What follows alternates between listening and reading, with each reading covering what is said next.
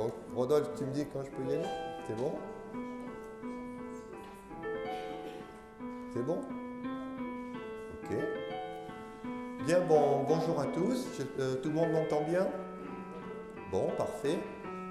Donc, ravi de vous revoir tous. Je commence à connaître pas mal de gens dans la salle. Des gens qui reviennent régulièrement. Donc, je tiens vraiment à vous remercier du fond du cœur d'être là. Pour parler de quelque chose qui me tient particulièrement à cœur pour expliquer justement ces hautes dilutions homéopathiques qui est le vide. On a un cochon, une vache, ça devient déjà plus difficile à expliquer par l'effet placebo, quoique les animaux ont une conscience, donc on pourrait aussi invoquer l'effet placebo, mais il paraît que ça marche aussi sur des plantes.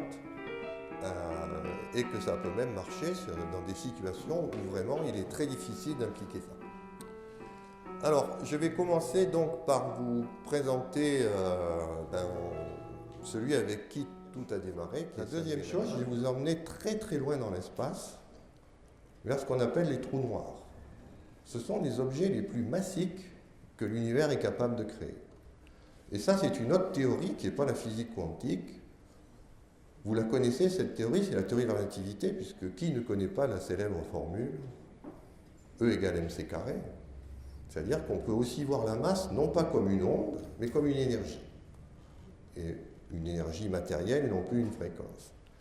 Ce qui est intéressant, et ça c'est ce qu'on appelle la relativité générale, c'est qu'on ne peut pas dépasser une certaine puissance dans l'univers.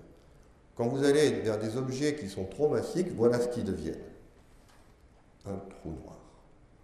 Et on a un critère pour ça, qui est de la taille. Si vous connaissez votre masse, que j'ai appelée ici m, si vous connaissez deux constantes de la nature qui sont la constante de gravitation et la vitesse de la lumière, vous pouvez calculer quelle est la taille limite que vous pourrez avoir. Vous ne pourrez pas être plus petit que 2g fois la masse sur le carré de la vitesse de la lumière. C'est-à-dire qu'une fois que vous êtes dans cet état-là, vous êtes tellement comprimé qu'on ne peut pas en mettre plus. Vous êtes full. On ne peut plus rien mettre. Et la conséquence de ça, c'est que vous avez une taille minimale. Vous êtes prêts pour le choc? Parce que c'est tout ce que j'ai besoin pour vous démontrer quelque chose de fantastique. C'est que vide et matière sont deux concepts identiques.